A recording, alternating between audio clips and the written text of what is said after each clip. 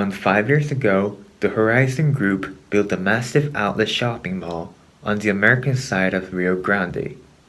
The mall, with more than 50 stores, is a short walk from the border between Laredo, Texas and Nuevo Laredo, Mexico. Car and pedestrian bridges funnel Mexican shoppers to the outlet stores, which sell brands like H&M, Nike, and Puma. There are signs on both sides of motorway, in both directions, urging shoppers to visit. When immigrants standing on the US border in Laredo, the very first thing they saw is this giant shopping mall cover its outside with oversized American brands. Even though there is no sign written outside, but I think what it portrays is quite explicit. Prosperity is here and poverty there.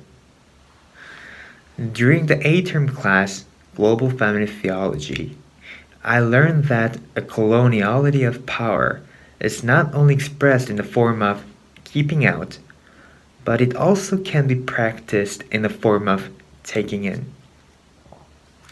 Just as the early wave of feminist theology unintentionally excludes the women in minority by oversimplifying their context as a means to resist the more brutal form of patriarchal oppression.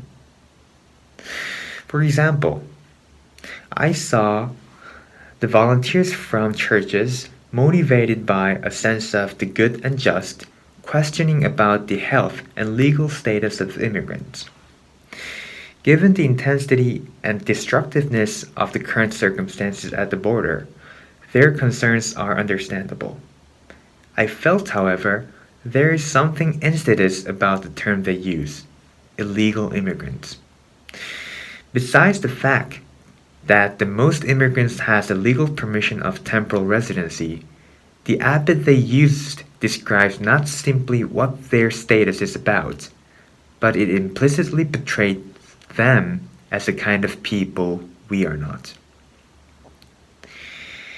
In order to overcome this trap of exclusion, we learn that we should have a sense of border thinking, which enable us to see who are invisible under the system of colonial power.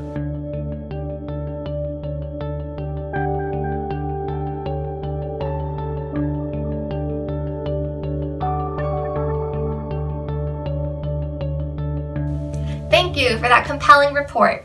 And now we head over to the Korean Peninsula, where a decades-old issue seems to have united both North and South Korea toward a common goal. This year marks the 75th anniversary of the end of World War II, and along with it, the end of Japanese colonization in Korea. One of the most painful parts of colonization period in Korea was the use of sex slaves by the Japanese military. These women were known as comfort women, and since 1992, they have been protesting for reparations and apologies to be made by the Japanese government. Previously, South Korea and Japan had reached an agreement over reparations, and an apology has been issued, but activists believe they have not gone far enough. In a surprise announcement this summer, North Korean leader Kim Jong-un released his own statement calling for a sincere apology and reparations from the Japanese government. This comes as Japanese Prime Minister Shinzo Abe has been trying to broker a trade deal between North Korea and Japan. This announcement by Kim Jong-un is sure to complicate that matter. Additionally, this summer, in South Korea, a new Comfort Woman statue was erected. Activists are proud of this statue as it features a Japanese male figure kneeling before the Comfort Woman in an act of repentance. But critics claim that the male figure appears too much like Prime Minister Abe and is therefore an attack on his character. Missing in these reports is the presence of the Korean Church. Although the Korean Church in North Korea is small and does not hold much power, it would be a powerful act for North and South Korean Christian communities to join together and make a statement calling for amends to be made. This is especially pressing, as many of the comfort women have already passed away, and those remaining are in their 90s or older. These women deserve for amends to be made before it is too late. I'm Samantha Waters, and this is your news from Korea. Thank you.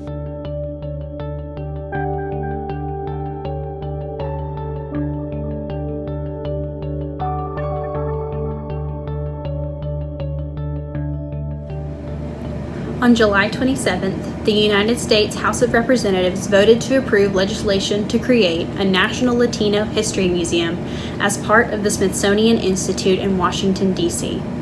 Representative Jose Serrano of New York proposed the National Museum of the American Latino Act last year, and it recently passed unanimously by voice vote. Though Latino Americans have been part of the United States history since its beginning, in many ways, their contributions have been largely neglected. At some points in the United States history, American Latinos have even been deported, though they did not cross the border illegally, and even if it was the border that crossed them, as territory changed hands between the United States and Mexico.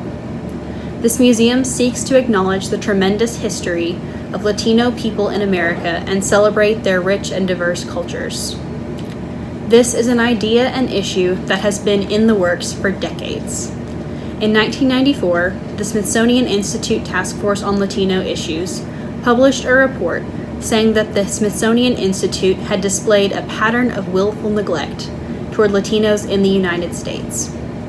It also stated that no part of the Smithsonian appropriately represents Latinos. In 2008, President George Bush established a Latino Museum Committee which had similar findings. This legislation seeks to help establish a museum that, though it cannot erase decades of mistreatment and marginalization, would seek to bring forward the largely ignored Latino history here. In support of this legislation, Representative Raul Grijalva of Arizona said, "Our American history and identity is also Latino history and identity. Through this history, the United States exists." Though land for a new museum in the National Mall is quite scarce, the commissions and leadership with this legislation do not want to simply integrate Latino history and cultures into already existing museums. Instead, they seek to find a new space where this culture and Latino history and the issues that may come with it can be expressed and where it can educate all those who would enter. In this way, Latino history and culture in the United States is seeking to carve out its own third space, which it can occupy as needed. Unfortunately, this vote does not automatically guarantee the establishment of a Latino History Museum as part of the Smithsonian, because it still needs to be voted on and approved by the Senate. It is expected that there will be resistance to this very necessary project due to the high cost, which has been estimated to be around $600 million. There has also been some concern over the establishment of this museum as part of the Smithsonian Institute, with some questioning whether the Smithsonian's resources are already stretched too thin between the existing 17 museums.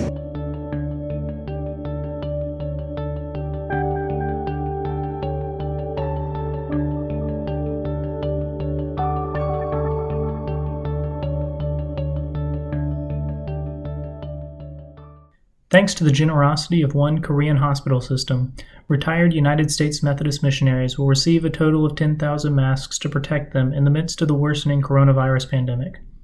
The provider of these masks, the Severance Hospital of Yonsei University Health System, was founded in 1885 by Presbyterian missioner Horace Newton Allen as a royal hospital, and was later restructured by Methodist medical missionary Oliver R. Avison as a public hospital in 1904. The United Methodist Missions has had a continued relationship with the hospital system throughout its history. President and CEO of the Yonsei Health System, Do Hyum-yoon, notes, "Missionaries built our hospitals to offer medicine. With this shipment of masks, we can't repay the love, but we still remember the love of the missionaries. The masks will be shipped in 2 batches, the first to 180 missionaries across 38 U.S. states, and the second for an additional 450 retired missionaries. The masks are KF94, which are similar in properties to the N95 masks used in healthcare settings across the United States. The shipments and distribution are being coordinated by the Atlanta-based United Methodist Global Ministries. Atlanta area Methodists have a long history of connection with South Korea. One prominent link is former president of Emory University and former ambassador to South Korea, James T. Laney, who served as a Methodist missionary from 1959 to 1964. Another significant link, Peter Underwood, currently runs the Georgia Economic Development Office in Seoul and is himself descended from one of the families who founded Yonsei. This highly coordinated transfer of critical protection equipment across oceans and national borders represents a positive consequence of our increasingly transnational world. In the first chapter of Off the Menu, theologian Kwok Pui-Lon notes that transnational analysis helps us to see that Asia and America are not two separate, distinct entities, but are constantly influencing each other. While we once considered nations like the United States and South Korea as totally separate nation-states with distinct goals and interests, the increased flow of people, information, and capital across borders helps us see our interconnectedness. Transnational analysis helps us to recognize this donation's multiple layers of cultural, economic, and historical significance. The pandemic which necessitates these masks is a stark reminder of our obligation to prioritize global health above political borders. The very possibility of such a pandemic depends upon the mass movement of people across national borders. It is a visible sign of the permeability of these borders and a reminder of our dependence upon one another. In the gift of these masks, the Yonsei health system recognizes this interdependence and uses the same global movements that create the possibility of a pandemic to provide relief. In Yonsei's donation, we not only see the flow of life-protecting equipment from South Korea to the United States, but we are also reminded of the significant influences U.S. missions have affected in Korean history. This donation reminds us that our history, our health, and our futures are inextricably intertwined.